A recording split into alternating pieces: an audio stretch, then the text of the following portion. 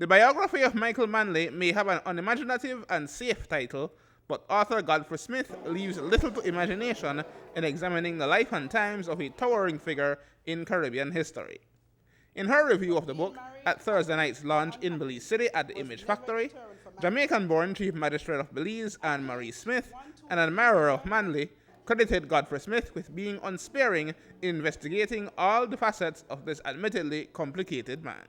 Godfrey is skillful in introducing us to the many Michaels: the farmer, the writer, the sports enthusiast, the cricket expert, the politician, the father, the lover, the hypocrite, and the international prolific visionary who, in my personal humble view, was light years ahead of his time. Smith told us that the project began in 2013 when he met Manley's first daughter, Rachel, here in Belize. She had liked his biography of George Price and proposed he produce one about her father, though others had already been written. They worked closely, and Smith spent 2 years doing interviews with major figures in Manley's life. He read and researched many sources, including video biographies on the website YouTube, to give the fullest definition of a man many of us never knew. But what was the primary inspiration for this treatment? Smith says he wanted a challenge, that he has an impulse to write at this stage of his own career. But first and foremost is his passion for the personal lives of the progressive wing of Caribbean leaders, of which Manley is the most charismatic.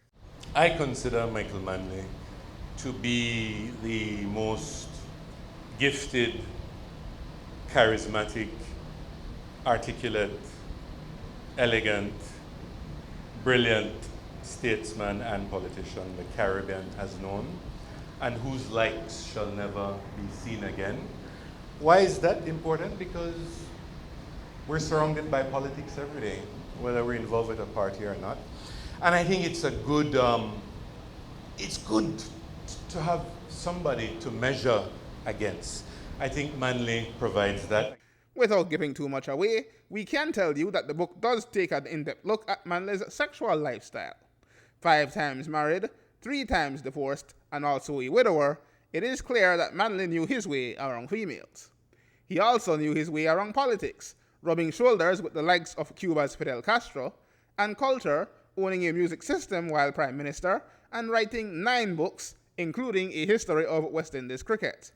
But Smith told us that Manley's greatest lesson for modern leaders is being able to prepare himself for a job he had not originally wanted, and then throw himself into the job with principle and purpose. I think that the lessons that he has to offer is taking the job of leadership seriously. He was a very well-researched, well-studied man. He took the job extremely seriously. He surrounded himself with the best brains and talent that the country had to offer. He reached out to other leaders in other countries to learn from them, to exchange ideas. And he was a man of principle. There were certain things that he refused to compromise. Aaron Humes reporting for News 5.